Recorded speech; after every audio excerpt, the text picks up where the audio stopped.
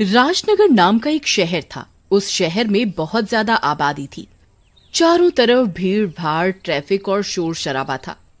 बहुत ज्यादा आबादी होने की वजह से उस शहर में कूड़ा भी बहुत ज्यादा निकलता था, लेकिन उस कूड़े को सही तरीके से निपटारा न करके एक जगह पर फेंक दिया जाता था।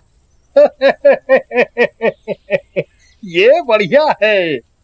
अपने शहर में कूड़ा घर पास में ही है। कूड़ा फेंकने बाहर नहीं जाना पड़ता। कुछ ही दिनों में वहां पर कूड़े का ढेर बढ़ने लगा और धीरे धीरे वहां बहुत ऊंचा कूड़े का ढेर लग गया, बिल्कुल किसी पहाड़ की तरह। उसी कूड़े के ढेर पर बहुत से गरीब लोग कूड़ा बीनने जाते थे, जिससे उन गरीबों का घर चलता था। एक दिन सूरज नाम का आदमी वहां कूड़ा बिन रहा होता है। तभी उसे वहां कुछ पड़ा हुआ दिखता है। वो काफी चमक रहा होता है। वह एक सोने की ईंट जैसा दिख रहा होता है।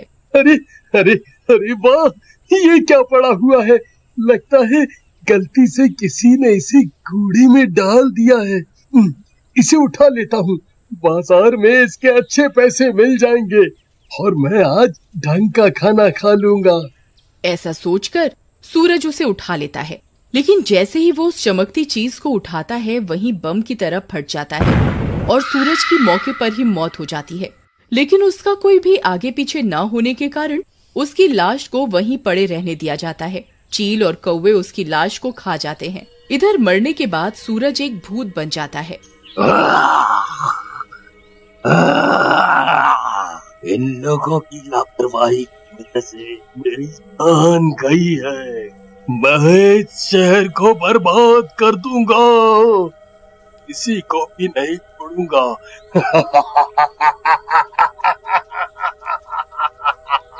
सारा पैसा लूट लूंगा।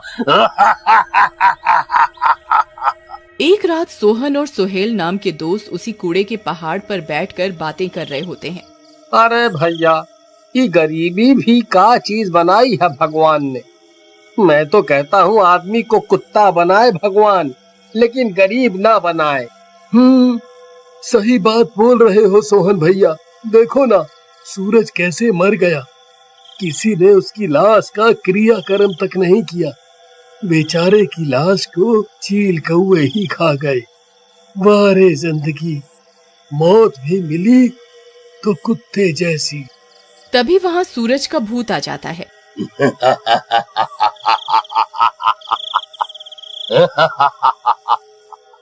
लगता है तुम दोनों मेरी ही बातें कर रहे। मौत तो मुझे जरूर मिल गई, लेकिन शांति नहीं। मेरी मौत इसी कूड़े के कारण हुई है। मैं अब इस शहर को और यहाँ के लोगों को भी कूड़ेदान और कूड़ा बना दूंगा।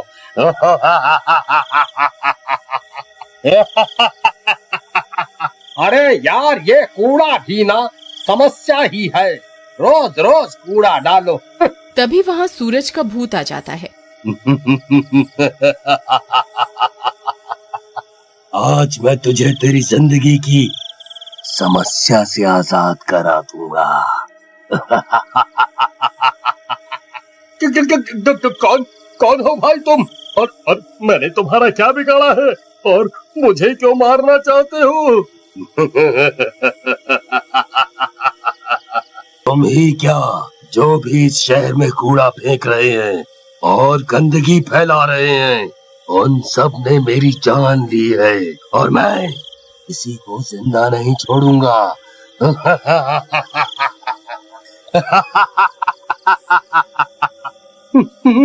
लगता है कि मुझे जिंदा नहीं छोड़ेगा।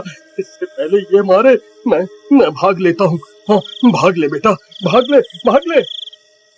ऐसा कहकर वो आदमी भागने लगता है, लेकिन सूरज का भूत उस आदमी को पकड़कर मार डालता है और कूड़े के ढेर को उठाकर शहर की गलियों में फैला देता है। अगले दिन जब लोग सोकर उठते हैं तो चारों तरफ कूड़ा ही कूड़ा फैला देख, अरे बाप रे, ये चारों तरफ कूड़ा कैसे फैल गया?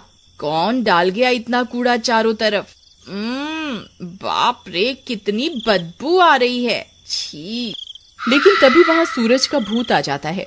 उसका शरीर पहले से बहुत बड़ा और भयंकर बन गया होता है। लोग उसके सामने चींटी की तरह दिख रहे होते हैं। शहर वालों, ये तो अभी तुम लोगों को सिर्फ बताने के लिए था। ये शहर खाली कर दो, मैं इस शहर में रहूंगा।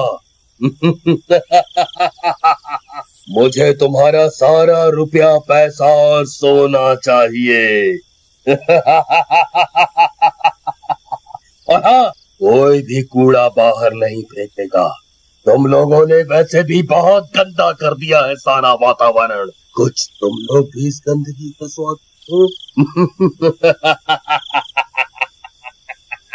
डर के मारे सारे लोग घर के अंदर चले जाते हैं और घर के दरवाजे बंद कर लेते हैं। अरे राहुल, अब हम क्या करेंगे? अगर ये भूत सही कह रहा है तो ये हम सबको मार डालेगा।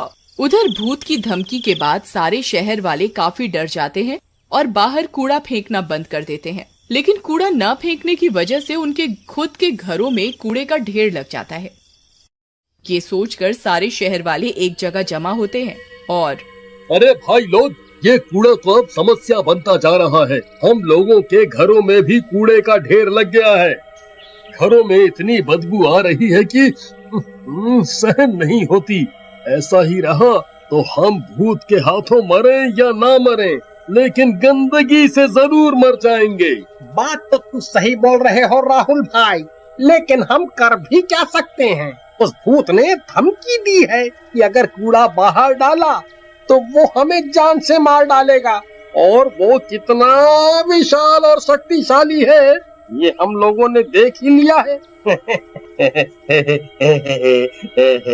मरोगे मरोगे, सब शहर वाले मरोगे। तुम लोगों ने मिलकर प्रकृति को मारा है, अब प्रकृति की बारी है। फैलाओ और कूड़ा फैलाओ, अब उसी कूड़े में तुम सब लोग भी मिल जाओगे। सभी लोग उसकी बात सुनकर उसे रोक लेते हैं। अरे बाबा, तुम ये क्या बोले जा रहे हो? हमने क्या किया है और भला प्रकृति हमें क्यों नुकसान पहुंचाएगी? हमने तो कुछ नहीं किया। आप ये पागलों वाली बातें क्यों कर रहे हैं? लगता है पागल मैं नहीं तुम हो। कुछ नहीं किया, तुम लोगों ने मिलकर पूरे शहर को कूड़े का ढेर बना दिया। इतना बड़ा ढेर बन गया जैसे एवरेस्ट। इतना पॉल्यूशन कर दिया है धरती पर कि सांस लेना मुश्किल हो गया है। तुम लोगों ने अपने स्वार्थ में कुछ भी नहीं छोड़ा। नदी, नाले, पर्वत, मैदान सब कुछ खत्म करते जा रहे हो। होना ही था। बाबा, हमें आपकी बात समझ आ गई। सब हम लोगों की ही गलती है, लेकिन आपको इन सब चीजों के बारे में इतना कैसे पता? क्योंकि मैं कोई पागल नहीं बल्कि एक साइंटिस्ट हूँ, और वैसे भी इस दुनिया में हर जीनियस को पागल ही समझा जाता है।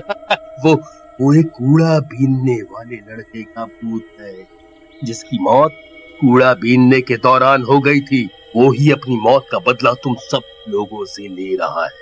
वो पूरे शहर पर कब्जा करना चाह रहा है। तो बाबा, इसका तोड़ क्या है? उसे हम कैसे रोक सकते हैं? जैसा मैंने कहा कि उसकी ताकत पॉल्यूशन और गंदगी है। जितना तुम लोग फैलाओगे वो उतना शक्तिशाली हो जाएगा। बस अब तुम लोग एक काम करो, गंदगी मत फैलाओ और कुछ दिन के लिए शहर को बिल्कुल बंद कर लो, वो और शक्तिशाली ना हो। उसके बाद पूरा शहर एकदम शांत हो जाता है। शहर में लॉकडाउन लग जाता है। अरे ये क्या हुआ? पूरा शहर शांत पड़ा हुआ है। लगता है सारे डर के मारे भाग गए हैं। चलो अच्छा है, मुझे अपने हाथ नहीं गंदे करने पड़ेंगे। एक घर में जाके देखता हूँ। भूत मुन्ना के घर में घुस जाता है। वहाँ मुन्ना और उसका परिवार बैठा होता है। तो तुम लोग यहाँ छिपे बैठे हो? अरे तुम सारे शहर वालों को ये शहर छोड़ने को बोला था, लेकिन तुम लोग नहीं माने। लगता है तेरी मौत के बाद शहर वाले समझेंगे। ऐसा कहकर भूत मुन्ना को उठा लेता है और बाहर एक चौक पर लेकर चला जाता है। वहाँ पर कुछ लोग आ जाते हैं। शहर वालों, मैंने तुम्हें कहा था ना कि शहर को खाली कर दो, लेकिन तुम लोग नहीं। इसकी सजा तुम्हारे इस आदमी को मिलेगी। हाँ, इसे मरना होगा। और उसके बाद तुम सबको। ऐसा कहकर भूत मुन्ना की गर्दन तोड़ देता है, जिससे कि मुन्ना की मौत हो जाती है। उसके बाद वो बाकी लोगों की तरफ मुड़ता है। तभी वहाँ वही पागल साइंटिस्ट आ जाता है। उसके हाथ में हनुमान जी की एक मूर्ति होती है। अरे दोस्त, ये क्या उठा लाया? हटाओ इसे मेरे सामने से, नहीं तो मार डालूंगा तुम सबको अभी के अभी। हनुमान जी के रहते तू मुझे छू भी नहीं सकता। तेरे जैसे कई दुष्टों को ठीक किया है इन्होंने, और तेरा भी उद्धार यही करेंगे। ऐसा कहकर साइंटिस्ट मूर्ति को भूत के शरीर से लगा देता है। मूर्ति को छूते ही भूत तड़पने लगता है और जलने लगता है। अरे मर गया रे, ये क्या किया? मुझे बहुत दर्द हो रहा है। मुझे बताओ। अभी तो मैं जा रहा हूँ, लेकिन मैं फिर आऊंगा, क्योंकि तुम शहर के लोग गंदगी फैलाओगे और मुझे ताकत दोगे। थोड़ी ही देर में भूत पूरा जल जाता है और वहाँ से गायब हो जाता है। अरे वाह बाबा, आपको कैसे पता कि ये इस तरीके से मरेगा? बेटा, जहाँ साइंस फेल हो जाती है वहाँ सिर्फ भगवान ही काम आते हैं।